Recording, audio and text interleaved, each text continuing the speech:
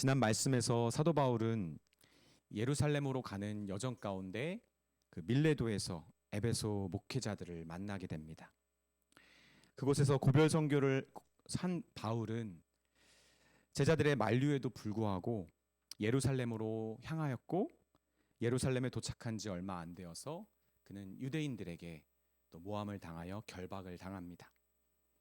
그리고 천부장을 비롯한 유대 총독들에게 넘겨져서 그리고 2년 동안이나 투옥 생활과 재판을 거듭합니다.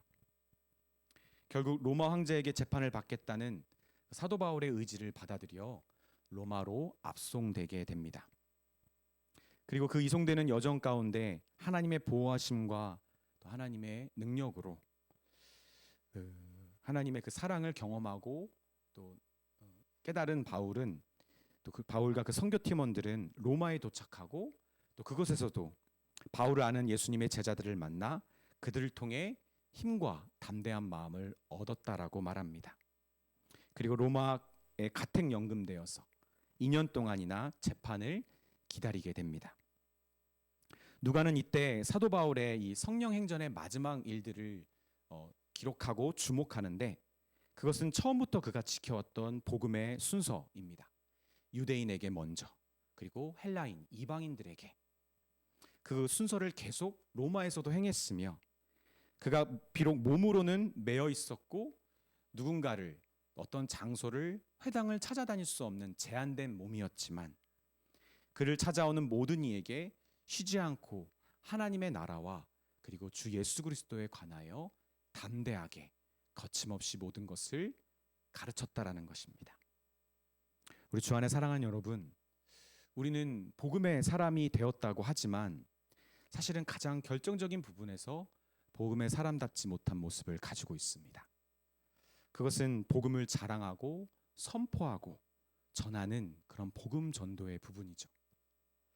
우리는 전도를 생각하면 속상하고 안타깝고 아쉽습니다. 또 부끄럽기까지도 합니다. 그러나 이처럼 복음에 빚진 마음이 있는 것은 당연한 겁니다. 오늘 말씀을 통해 성령으로 세워진 교회가 그 복음을 전하는 사역에 있어서 어떤 태도와 또 어떤 마음으로 나아가야 되는지 저는 저희 함께 보기를 원합니다. 또 교회의 사역뿐만 아니라 우리 성도님들 각자 그 개인에게까지 그 복음을 전하는 대상과 방법에 있어서 성령이 주시는 그 믿음의 도전이 있기를 주님의 이름으로 빕니다. 아멘. 오늘 본문에서 조금 앞부분을 우리가 함께 보자면, 바울이 로마에서 가택연금을 당합니다. 그것은 담당 군인, 그냥 일개 병사는 아니었을 거예요. 그 군인 한 명과 함께 상주하면서 지전된 장소, 가정에 머물게 되는 건데 아마도 결박되었을 거라고 말합니다. 그렇게 결박돼서 가정에서 상주하게 된 지 3일 정도 지났을 때 바울이 로마의 유대인들을 초대합니다. 그리고 자신의 상황을 그들에게 설명합니다. 그것이 28장 17절에서 19절의 말씀입니다. 제가 한번 읽을게요. 사흘 후에 바울이 유대인 중 높은 사람들을 청하여 그들이 모인 후에 이르되, 여러분 형제들아, 내가 이스라엘 백성이나 우리 조상의 관습을 배척한 일이 없는데 예루살렘에서 로마인의 손에 죄수로 내준 바 되었으니 로마인은 나를 신문하여 죽일 제목이 없으므로 석방하려 하였으나 유대인들이 반대하기로 내가 마지못하여 가이사에게 상소함이요 내 민족을 고발하려는 것이 아니니라. 지금 바울이 말하고 있는 대상, 그들은 평범한 유대인이 아닌 회당에서 높은 위치에 있는 그런 좀 권위 있는 유대인들이었습니다. 사도는 그가 갇힌 이유와 그동안 유대인들에게 받았던 오해와 고발, 그리고 자신의 상소의 이유가 유대인들과의 정말 그런 분쟁이 아님을 그들에게 설명합니다. 오히려 바울은 자기 민족 유대인들에 향하여 자기가 품고 있는 소망 때문에 이렇게 쇠사슬의 매인자가 되었다라고 말합니다. 그게 20절인데요. 우리 한번 같이 읽겠습니다. 시작. 이러므로 너희를 보고 함께 이야기하려고 청하였으니 이스라엘의 소망으로 말미암아 내가 이 쇠사슬에 매인 바 되었노라. 근데 사도 바울이 이렇게 이야기하자 로마에 있었던 이 유대 권위자들은 바울의 사정을 제대로 들은 바가 없다라고 말합니다. 아직 로마에게까지 예루살렘에서 유대인들의 영향력 그것이 미치지 못했던 것 같아요. 그들이 아는 것은 예수를 하나님으로 믿는 이들이 로마 주변에도 많은 유대인들에게 대적을 받는다라는 것이며, 이 기회에 그들도 바울을 통해 복음을 한번 들어보고자 한다는 것입니다. 그래서 바울은 이들과 약속을 정합니다. 그리고 바울에게 그들이 찾아와서 아침부터 저녁까지 바울의 강론을 듣습니다. 그것이 본문 23절의 내용입니다. 우리 본문이죠. 제가 읽겠습니다. 그들이 날짜를 정하고 그가 유숙하는 집에 많이 오니 바울이 아침부터 저녁까지 강론하여 하나님의 나라를 증언하고 모세의 율법과 선지자의 말을 가지고 예수에 대하여 권하더라. 사도 바울은 우리가 가지고 있는 이 구약 성경을 가지고 예수에 대하여 전했습니다. 그리고 가르쳤습니다. 하루 종일 여러 번에 걸쳐서. 그런데 이 유대인 중에는 믿는 자도 있었어요. 그러나 믿지 않은 자들도 있어서 바울은 유대인들에게 먼저 전해진 이 복음을 유대인들이 자꾸 마음으로 받아들이지 않기 때문에 오히려 하나님의 구원의 소식이 유대인이 아닌 이방인으로 더욱 전해질 것을 기록한 그 이사야의 말씀을 거듭 선포합니다.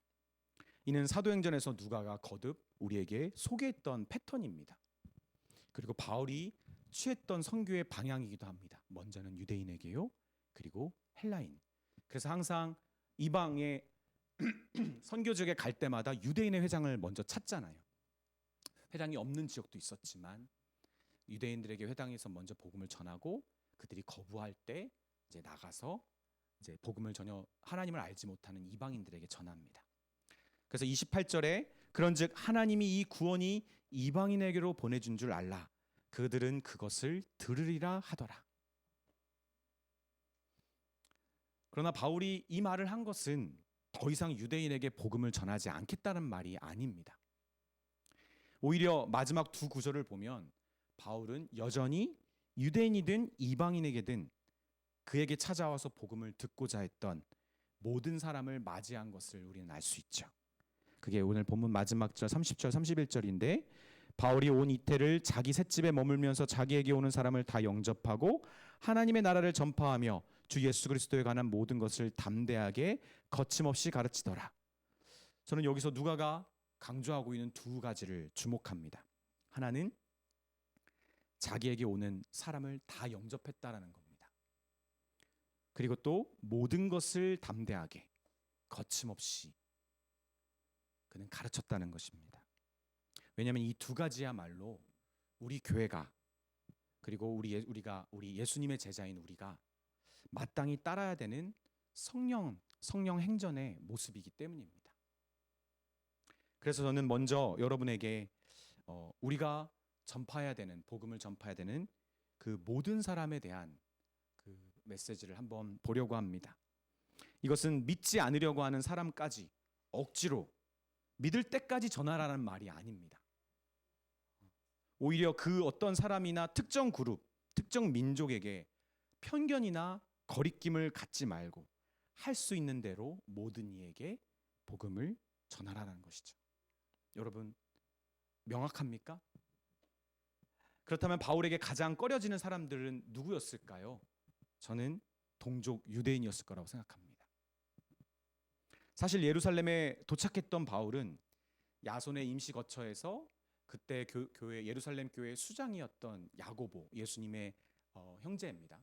야고보와 다른 목회자를 만나서 그동안의 이방 선교 사역에 대한 보고를 함께 하고 나누고 하나님께 영광을 돌립니다.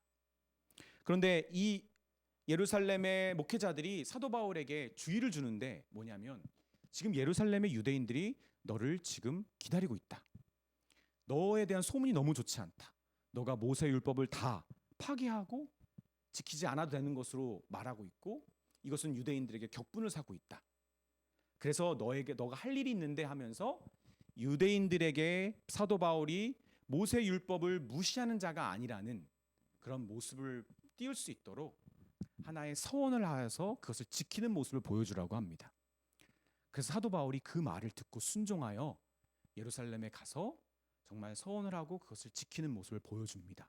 그런데 그럼에도 불구하고 그가 전했던 이 이방의 지역으로부터 유대인들이 예루살렘으로 쫓아와서 예루살렘 유대인들을 선동합니다. 바울은 겸손한 방법으로 유대인들을 향해 나아갔지만 여전히 유대인들은 선동하여서 바울을 해치려 했던 것이죠. 그래서 그를 결박하게 됩니다. 우리가 사도행전을 통해 계속 보았던 것은 바울과 그의 선교팀이 이방인들에게 강력한 반대와 그리고 핍박을 받았다는 것이 아니에요. 누구한테 받았죠? 유대인들, 동족 유대인들에게 받았다는 것입니다. 그의 선교를 가로막았던 사람들, 심지어 쫓아와서까지 방해와 음해 공작을 펼쳤던 사람들은 바로 유대인들이었습니다. 그런데도 바울은 여기 로마에서까지 이렇게 갇혀 있는 구속 감옥에 투옥된 건 아니지만 가택연금이라고 하는 이런 매여 있는 몸에서 그런 상황 속에서도 먼저 유대인을 초청하고 있는 거예요. 그리고 선교 여행을 다닐 때마다 항상 그랬듯 그들에게 먼저 복음을 전해야 된다라고 바울은 고집했던 것입니다. 끊임없이 동족들에게 공격을 받으면서 말입니다. 여러분, 진실로 사도 바울은 하나님이 주신 자기 민족을 사랑하고 또 만약 자신의 고륙이라고 말하는 그 예수님을, 유대인들이 예수님을 믿을 수만 있다면 자기를 모두 드려도 아깝지 않다라고 말할 만큼 그는 그들에 대한 구원의 갈망이 매우 컸음을 알 수 있습니다. 그는 어떤 부르심을 받은 자죠? 이방인에 대한 부르심을 받은 자입니다. 특별한 부르심을. 근데 굳이 그럴 필요가 없거든요. 얼마든지 핑계 댈 수 있었어요, 하나님께. 하나님, 저 어차피 이방인을 위해서 특별히 쓰임 받는 사람 아닙니까? 저 이방인 전문 선교사 아닙니까? 이제 유대인들은 쳐다도 보고 싶지 않습니다. 여러분, 가장 가까운 가족이 가장 쉽게 원수가 됩니다. 그렇죠? 정말 죽고 목 사는 부부가 순식간에 정말 죽여도 아깝지 않은 원수가 될 때가 순간순간 있습니다. 항상 아닙니다, 여러분. 오해하지 마십시오. 가끔 순간 헷가닥할 때 있습니다. 왜 그랬을까요, 사도 바울은? 저는 가장 먼저 사도 바울을 생각해 보면 사도 바울은 유대인들을 향한 하나님의 뜻을 그가 받아들였기 때문이라고 생각해요. 하나님이 처음 택하신 민족이며 하나님의 약속과 언약이 그들에게 먼저 임했기 때문에 그 하나님의 첫 백성에 대한 그 하나님의 마음을 사도 바울도 품었기 때문입니다. 로마서 9장 1절부터 3절의 내용인데 우리 한번 같이 읽겠습니다. 시작. 내가 그리스도 안에서 참말을 하고 거짓말을 아니하노라. 나에게 큰 근심이 있는 것과 마음에 그치지 않는 고통이 있는 것을 내 양심이 성령 안에서 나와 더불어 증언하노니 나의 형제 곧 고륙의 친척을 위하여 내 자신이 저주를 받아 그리스도에게서 끊어질지라도 원하는 바로라. 아멘. 여러분, 이 말은 너무 충격적이에요. 사도 바울은 이방인을 위해 온 힘을 다하고 있었고 유대인들은 그들에게 하나도 격려와 응원과 힘이 되지 않았어요. 오히려 좌절이 되고 항상 그를 정말 죽기 직전까지 매질하고 핍박하고 음해하고 쫓아와서까지 그를 몹살게 굴었어요. 그러나 사도 바울은 자신의 동족을 끝까지 포기하지 않습니다.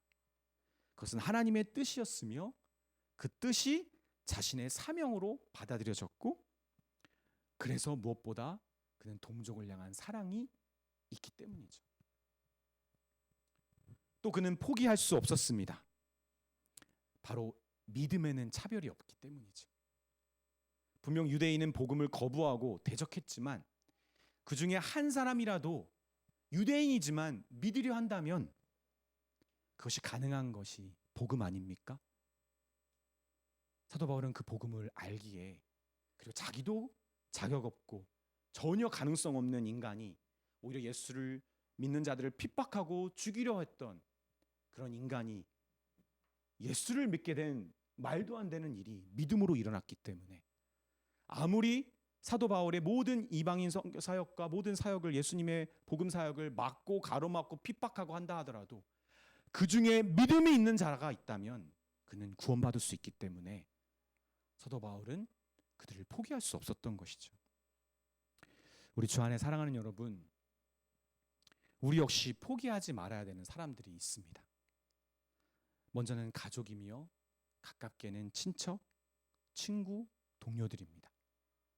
사실 이들은 우리의 믿음 생활에 큰 지지자가 될 때도 있지만 우리의 진짜 믿음 생활, 여러분 이 말을 조금 새겨들었으면 좋겠어요. 제대로 하려고 하는 믿음 생활에 저지자가 될 때도 사실은 많습니다. 신앙의 삶뿐만 아니라 평범한 삶마저도 흔드는 사람들이 바로 가족이고요. 그리고 가까운 동료, 친척, 친구들입니다. 가족과 근접한 사람들. 그런데 우리도 하나님이 이 맺어주신 이 인연의 뜻, 그것을 우리의 사명으로 받아들여야 되지 않을까요? 그리고 진정 그들을 마음으로 사랑하며 우리는 포기하지 말아야 합니다. 가능성이 없었고 자격이 없었던 나를 오직 믿음으로 구원해 주신 이 복음의 능력이 지금 나의 믿음 생활을 저지하고 있는 가까운 사람들에게도 동일하게 일어날 수 있음을 믿고 그 믿음 때문에 우리는 포기할 수 없어야 하는 것입니다.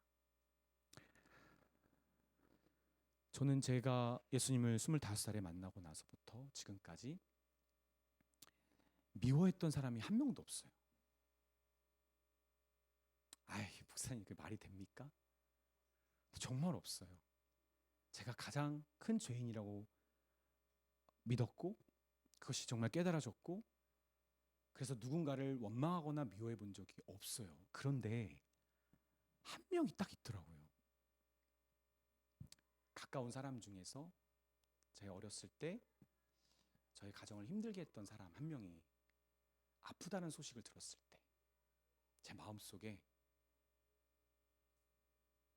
가까운 사람인데 찾아가고 싶지 않고 마땅히 벌을 받은 것 같은 마음이 드는 거예요. 적극적인 미워함은 없었지만 그것이 소극적인 미워함 아닙니까? 용서가 안 되는 거예요, 마음에.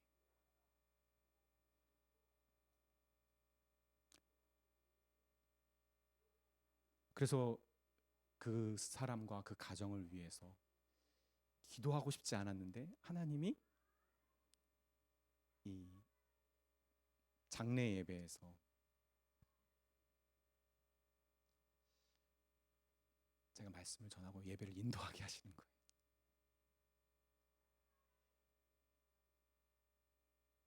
그래서 제가 그때 하나님께 이렇게 고백했어요. 하나님, 저는 떠날 수 없군요.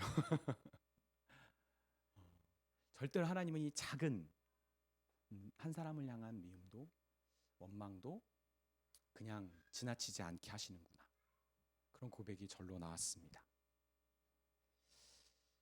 우리 주 안에 사랑하는 여러분, 나와는 상관이 없어 보였던 사람들을 향한 우리의 쉬운 단념 역시 우리는 재고해 봐야 합니다. 변하지 않고 계속 복음과 기독교에 적대적이고 경계하는 태도를 보인다 하여도 저희는 기회를 찾고 두드리고 우리는 포기하지 말아야 합니다. 바울 사도는 로마로 이송되어서까지 유대인을 먼저 찾았습니다. 이는 그가 더 많은 유대인들이 믿을 수 있기를 간절히 바랬다라는 것 외에는 설명할 길이 없어요. 저는 저와 여러분에게 맡겨주신 그 사람들, 품게 하신 사람들, 만나게 하신 사람들을 포기하지 않고 모든 자들 중 믿음 있는 자들을 끝까지 찾아 나서는 저 여러분이 되었으면 좋겠습니다. 아멘. 또 누가는 두 번째로 바울의 이런 마지막 그가 보였던 이런 복음 전파 사역, 마지막 행적을 보면서 모든 것을 담대하고 거침없이 전하는 그런 복음 전파의 모습을 주목해 줍니다. 31절의 내용인데 한 번 더 다시 읽겠습니다. 같이 읽겠습니다.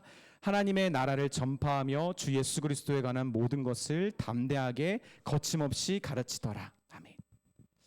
바울이 가르친 내용은 복음이죠. 네, 두 가지를 얘기했어요. 바울은 하나님의 통치하신 하나님께서 통치하시는 나라가 왔다라는 겁니다.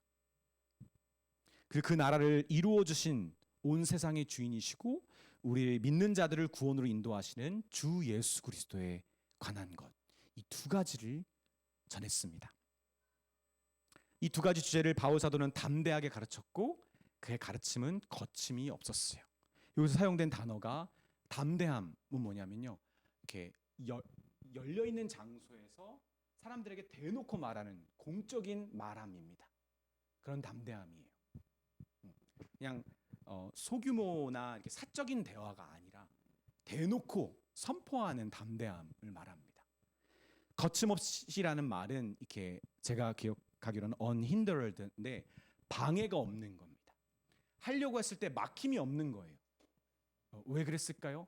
성령님이 계속 만남과 상황을 풀어주셨기 때문에 쫙쫙쫙쫙 만남이 열리고, 하필 그날이 다 같이 모인 날이고, 하필 그날 사도 바울의 목소리가 더 사람들에게 들릴 때에 거침없이 들리고 쏙쏙쏙 들리고, 이런 하나님의 인도하심, 성령님의 인도하심이 있었던 것이죠. 여러분, 어떻게 이것이 가능했습니까? 우리는 이제 알잖아요. 사도 바울이 특출난 믿음의 사람이었습니까? 아니요. 그 사람은 그런 좋은 상황이, 선교 가운데 좋은 상황이 찾아왔음에도 불구하고 낙심과 흔들림을 겪는 그 역시 한계가 있었던 그런 사람임을 우리 발견하지 않았습니까? 오직 그의 복음 전파의 비결은 뭐였을까요? 자기의 연약한 모습을 그 역시 창피하게 여겼겠죠. 바울은 볼품 없었어요. 키도 작고 메보리코에, 저보다 더 심한 메보리코에, 그리고 심지어 가장 최악의 설교자였어요. 말주변이 너무 없었어요. 물론 그 상대적인 걸 수도 있겠지만, 그래서 사람들이, 편지로 만났던 사람들이 실제로 만나면 엄청 실망했어요. 사도 바울 역시 자기 스스로, 또 사도 바울은 병이 있었잖아요. 질병이 있었잖아요.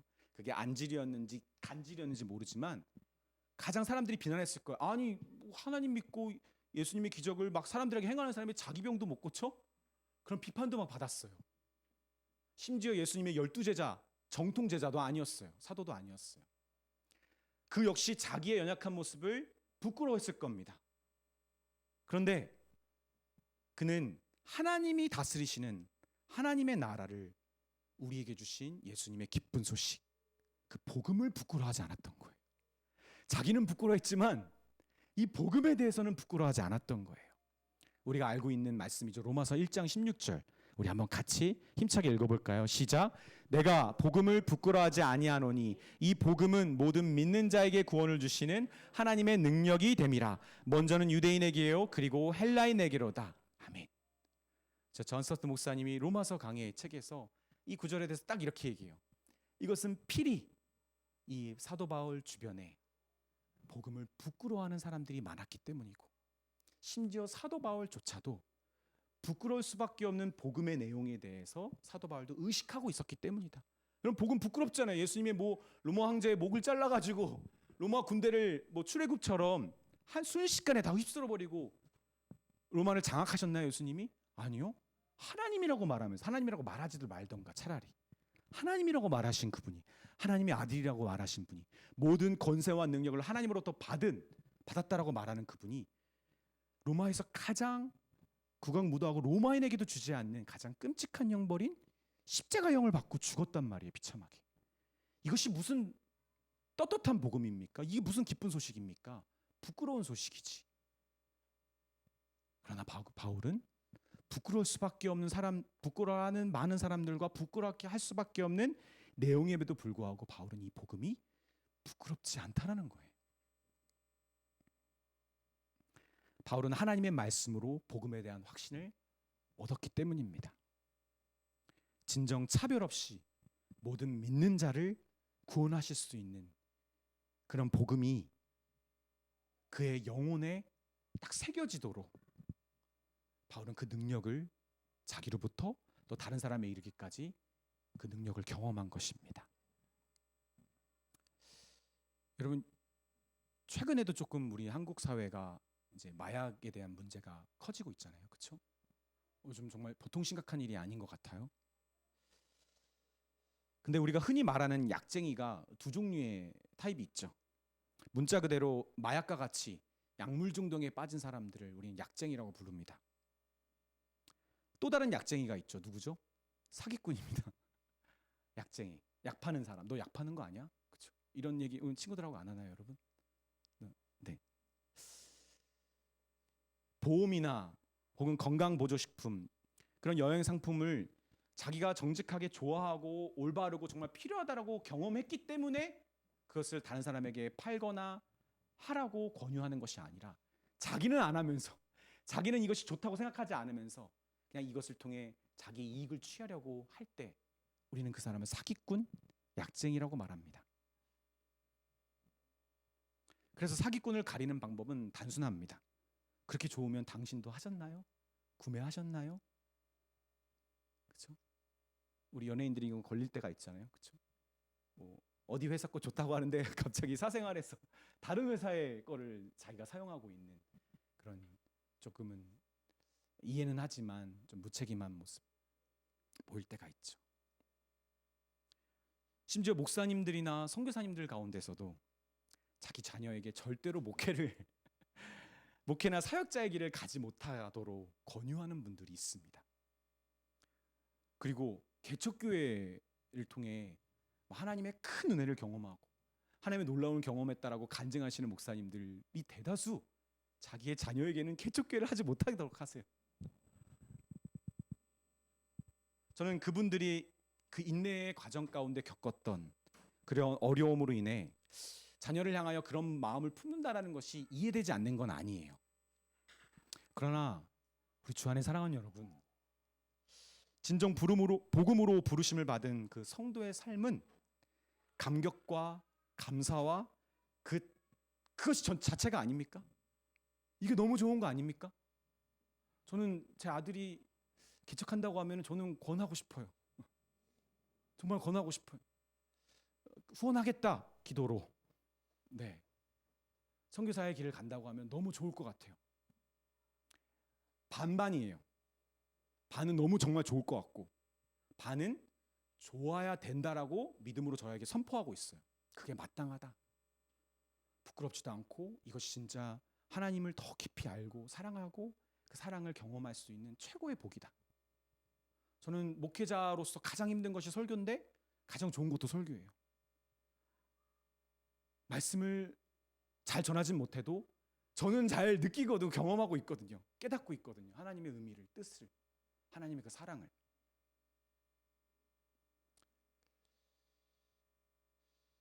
우리가 아는 사람들 모두가 이렇게 복음을 만나고 그 거룩한 부르심을 받는 그 삶을 살기를 우리가 바라는 이유가 무엇입니까?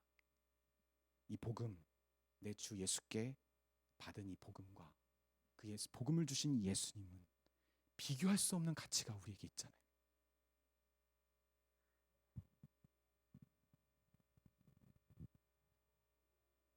우리 한번 옆에 사람에게 고백해 볼까요? 당신을 사랑합니다. 부부끼리도 한번 고백해 보시고, 당신을 사랑합니다. 저는 사랑합니다. 그러나 예수님만큼은 아니에요. 예수님만큼은 아니에요. 정말 그래요. 아주 생생한데. 네. 뭐 이것이 마치 막 교회나 뭐 예수님과 기도하고 말씀 있는 것만 치중하고 내가 해야 되는 마땅한 자리에서의 책임을 회피하는 그런 면책 특권이 되서는 안 되겠죠. 그러나 내가 제일 사랑하는 사람에게, 자녀에게도, 아내에게도, 그 누군가에게도 우리는 계속 선포해 봐야 됩니다. 난 예수님이 최고야. 비교 안 돼. 이거 비교할 수가 없어. 아예 비교 대상이 아니야. 그것은 우리가 살펴보진 않았지만 바울은 로마로 압송되기 직전에 아그리빠 왕에게 신문을 받습니다. 이 사람이 끝판왕이었어요. 거기 예루살렘에서. 근데 그때 바울은 자신을 변호할 기회를 오히려 복음 전도의 기회로 사용하면서 설교합니다. 그러니까 아그리빠가 너무 훅 들어오네. 꺼려합니다. 그래서 사도행전 26장 28절에 아그리빠가 바울에게 이르되 내가 적은 말로 나를 권하여 그리스도인 되게 하려냐? 멈춰라 라고 말합니다. 여러분 그때 바울이 뭐라고 대답했을까요? 29절입니다. 우리 한번 같이 읽어볼까요? 시작.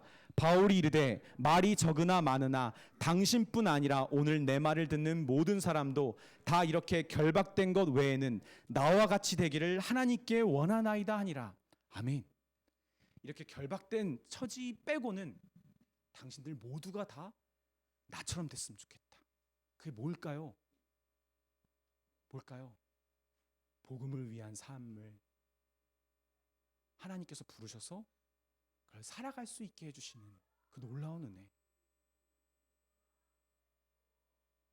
비록 오해와 그리고 핍박과 그리고 항상 자기의 사도권을 변호해야 되는 구구절절한 내용을 또 편지하고 다투고 포기하지 않고 말 안 듣는 교회들에게 다시 한번 또 편지하고 찾아간다고 하고 협박하고 막 그런 분투하는 가운데 하나님이 그에게 그 마음속에 자라게 하시는 하나님을 향한 사랑, 하나님에 대한 사랑, 하나님으로부터 온 사랑과 하나님에 대한 사랑, 그리고 이 세상을 향한 하나님의 사랑이 점점점 열매 맺는 것을 느낀 바울.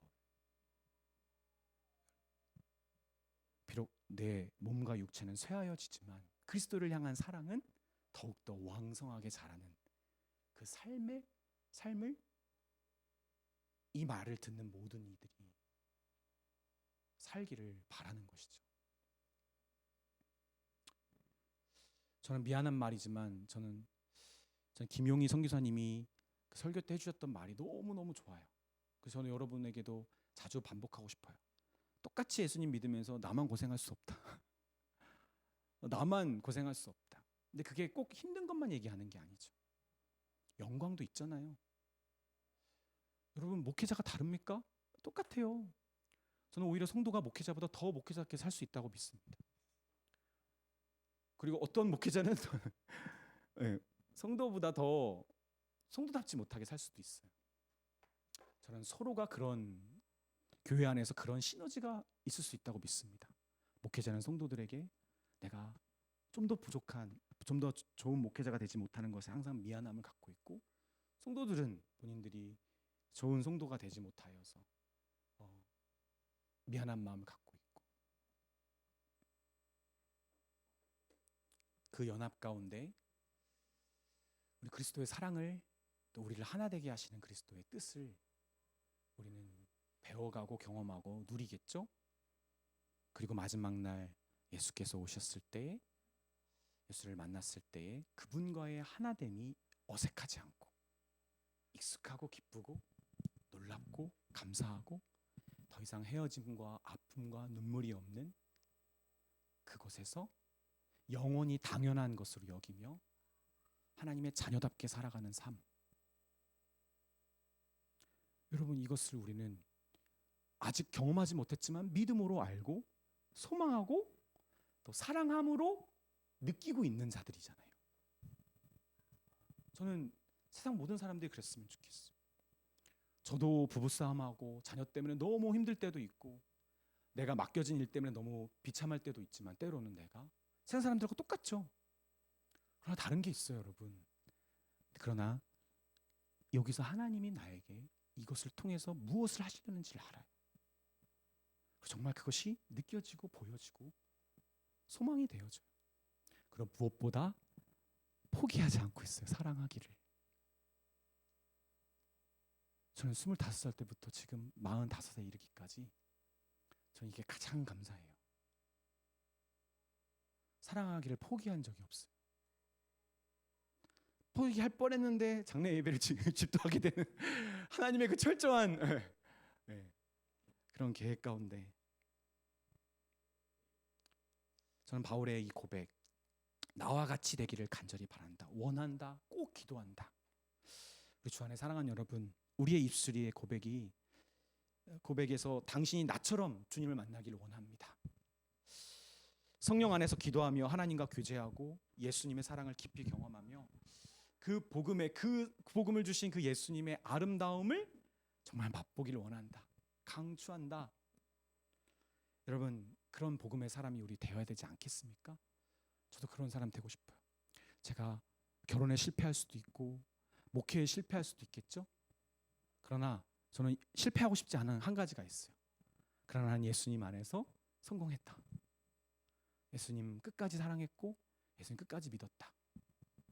저는 이것을 꼭 붙잡고 싶고 실제로 성공하고 있는, 목회적으로 겉으로 볼 때는 성공하고 있는 선배 목사님들에게 저는 꼭 얘기해요. 목사님 끝까지 완주해 주세요.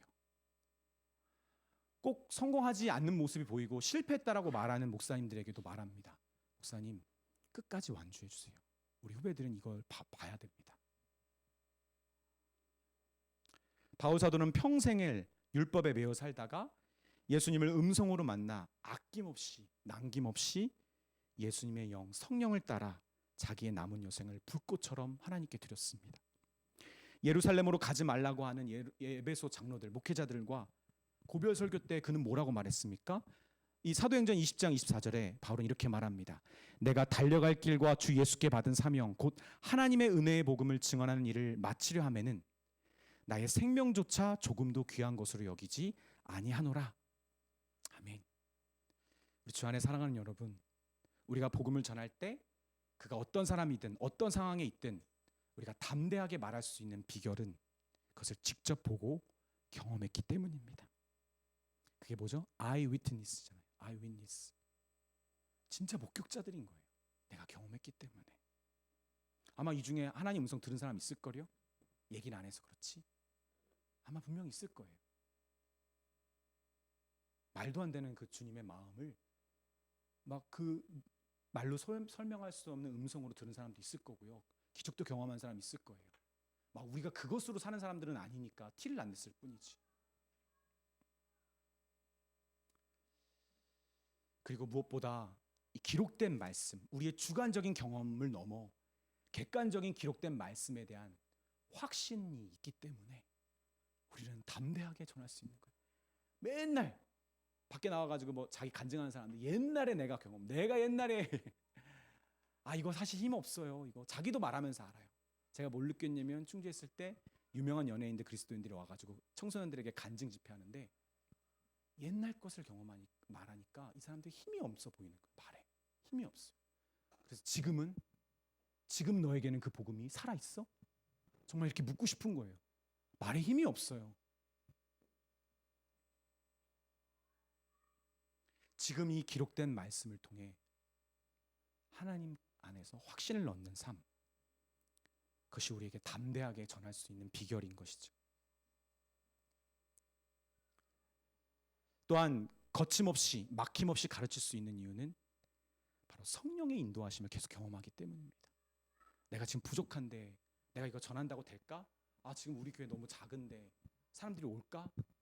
하나님이, 성령 하나님이 누구를 만나게 해주시고 길을 열어주시고 이 교회가 오픈되게 해주시고 혹은 나에게 복음을 전할 기회를 얻게 해주시고 내 동료가 갑자기 어려운 일을 겪어서 갑자기 너 교회 다니지, 너 기도해 줄 수 있어?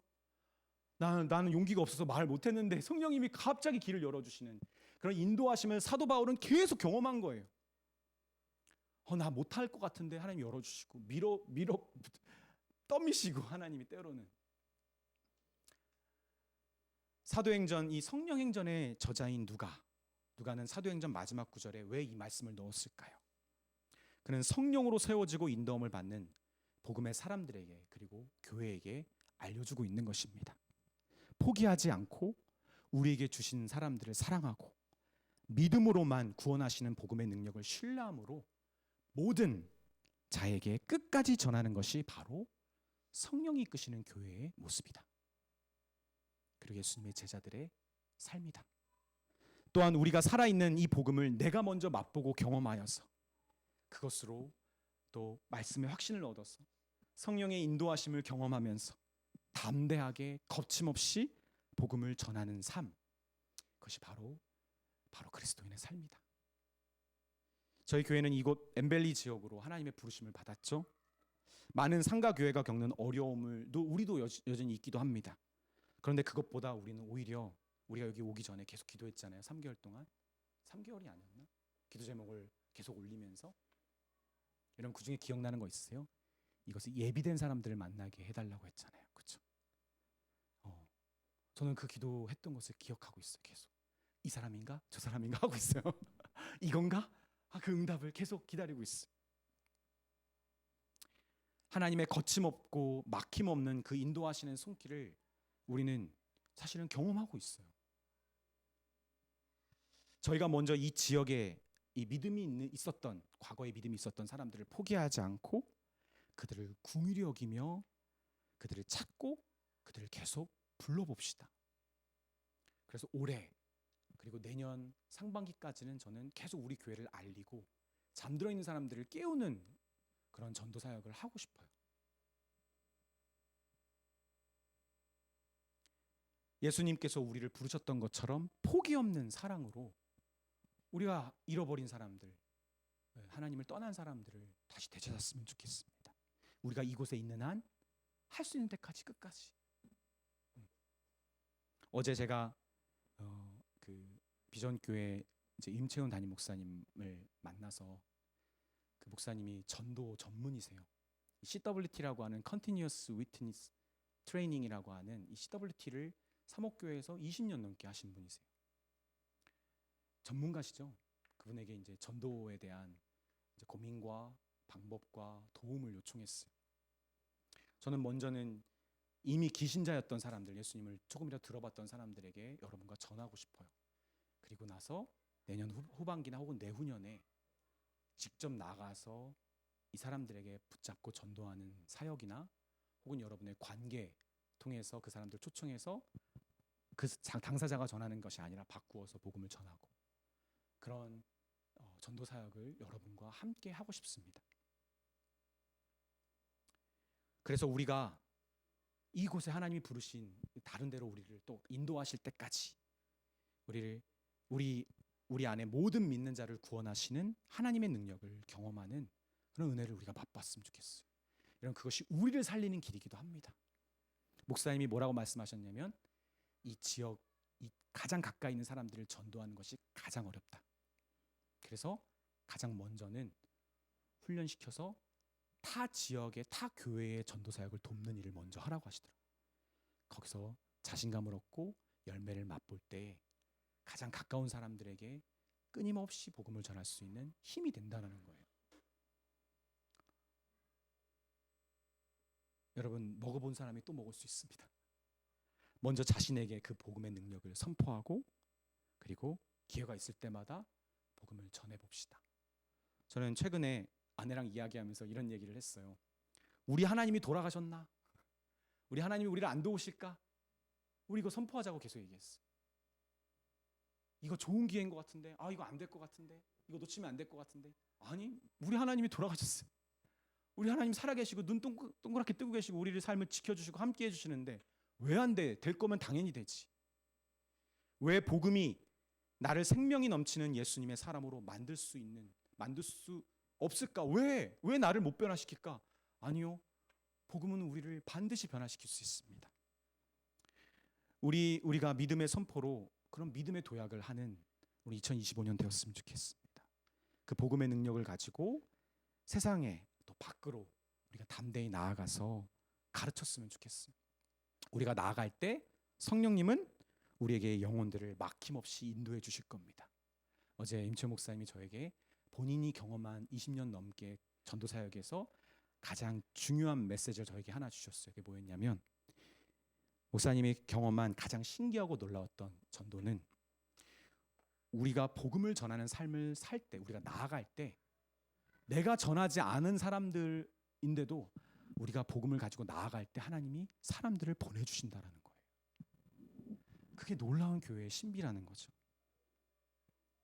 저는 우리 믿는 자들의 이 침례교회가 사도행전, 이 성령행전을 따라서 복음을 부끄러워하지 않고 모든 믿는 자를 구원하시는 능력이 되는 복음을 믿음으로 먼저는 유대인에게, 나에게, 그리고 가까운 사람들 혹은 잃어버린 자들에게, 그리고 헬라인 전혀 복음을 들어보지 못한 영혼들에게 모든 담대함과 거침없음으로 그런 복음을 전하는 사명을 다하는 우리 교회 그리고 저와 여러분이 되었으면 좋겠습니다. 아멘. 우리가 복음을 전할 때 우리도 살아납니다. 아멘.